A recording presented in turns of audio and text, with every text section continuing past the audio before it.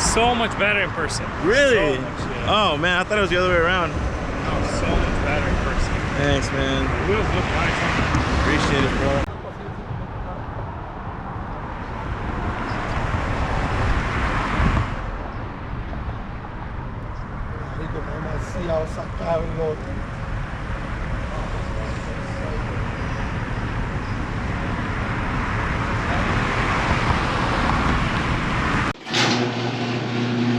All right, ladies and germs, welcome back. As I was saying before, my punk ass camera rudely died on me. Welcome back to the channel. It's been a while since I've done a wrenching video, but whenever you drive the cars like I do, shit breaks and you gotta work on it. And as you can tell, the car is up on jack stands and I gotta do some repairs. And what I'm referring to are the shocks or the struts. I'm not sure what they're called. What is the back or the front's called struts or shocks? I know there's, I don't know. Anyway, basically what I have to do is I need to change the thing that compresses the suspension because these no longer compress. They're like fully dead. I've adjusted them, I've loosened them, I've timed them. Does not make a difference. The car is really bad. And it got so bad that on the last 2 drives that I took, when I'm accelerating, especially whenever I'm slowing down, the steering wheel vibrates extremely bad. If you didn't notice it, go check out my last videos. Actually, anybody watching this video, go watch my last 2 videos because I don't know what the hell's going on my channel, that my videos are not getting pushed out to you guys. So go watch the last videos. And it's kind of to the point where it got dangerous and I shouldn't be driving it like this anymore. So the reason that you guys haven't seen this car in several weeks is because I decided to park it until I got these. Oops. So these are the K-Sport drag replacement struts or shocks, whatever they're called. So I got to take apart that coilover and put everything on this one. Not too difficult, but I figured I'll show you guys how to do that. But yeah, that's what's been going on. I'm here waiting for car parts, man, because safety first. I'm not going to be going out there and pushing the car as hard as I do with a shaky steering wheel. So let's go ahead and take these wheels off and I'll show you guys how easy it is to remove a coilover here. Now I know some of you guys are probably going to be saying, oh my god, he finally switched over to power tools. No, I didn't. I actually loosened them up off camera. I am. I'm weird. I'm a little strange, you guys. I like to make my life difficult. I like to inflict pain. Oh, just kidding, you guys. I'm not that crazy, but yeah, I do make my life a little bit difficult than it should be sometimes. All right, so wheels are off. Very, very simple from here. Turn on my little handy light. You're gonna take these 3 nuts off and then this bolt right here. There's a nut, take that bolt out and just push this down. Should come right out, hopefully. 3 to 14 mils. Damn, that came out easier than I thought.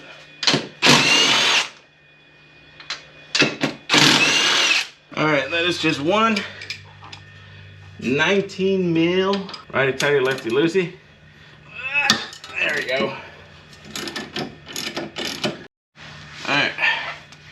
Now to get that bolt out, just gotta press down here a little bit. There you go. You got some muscles on you, you won't struggle, or if you're heavy like me, just put your weight on it.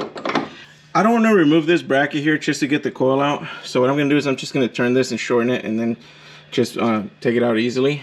But before I do that, I need to make sure I get the perfect size from here So that way, whenever I reassemble it on the new shock or strut, whatever it's called, I'll basically have the same distance out, because I don't want to be taking the car up and off the jacks. I want it just to set it on the proper height right away. So this is what I'm gonna do.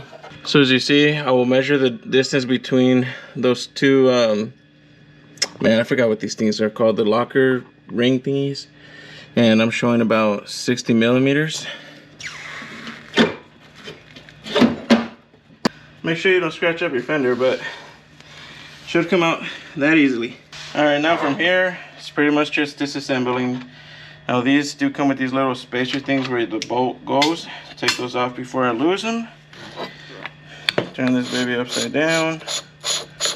All right, so far I took off this locking ring, the base. Now if the car gods are on my side, I should be able to zap this nut out. So let's see.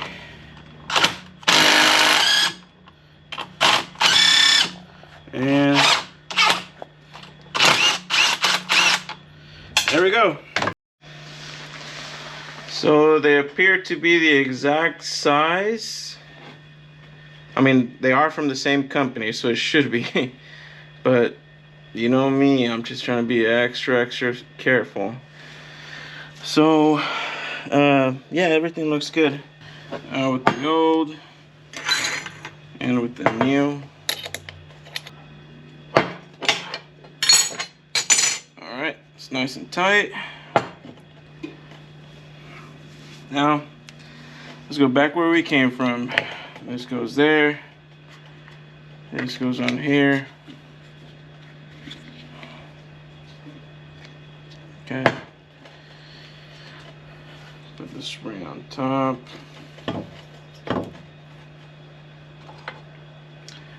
This spring isolator, I believe it's called. This ring goes on top of that, and the hat goes on top of this. Then your washer and your nut. Damn, I just realized that you guys couldn't see any of that. Anyways, there it is. Now I just gotta put the base and then that bottom collar. And just like that, little wipe down. And your coilover now has been rebuilt. Now it's just a matter of getting this back in the car. Now this shouldn't be too hard with the coilover being short. Yeah, there you go. I've extended the coilover down just enough to measure those 60 millimeters that I measured earlier. There's the 60. So at this point, this side is done. I just tightened those 3 nuts on the top.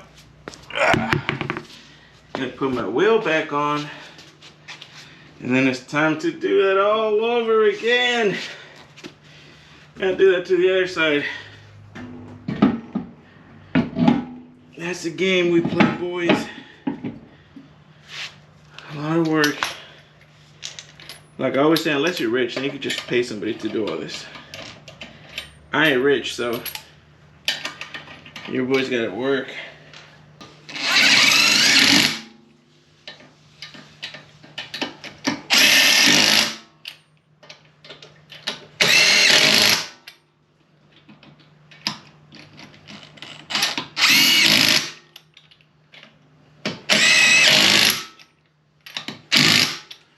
For those who have stuck with me all the way to this point, the last thing that you want to do is adjust the coilover. So these have this little plug here. Then you have your key. You're going to stick that in there. Now they should come in full tight. As you can tell, all the way to the right is tight. It's locked all the way. So what I'm going to do is I'm going to count how many clicks it takes to go all the way loose.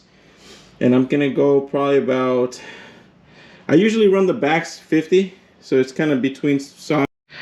All right, before I was interrupted again with the damn batteries. This is the second time my battery has died in the last hour or maybe 2 hours that I've been doing this.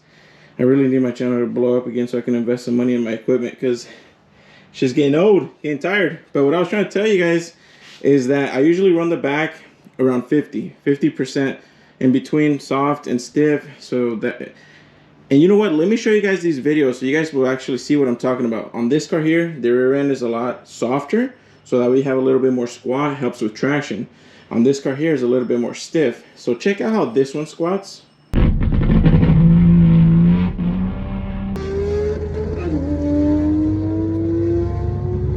Now see how this one squats.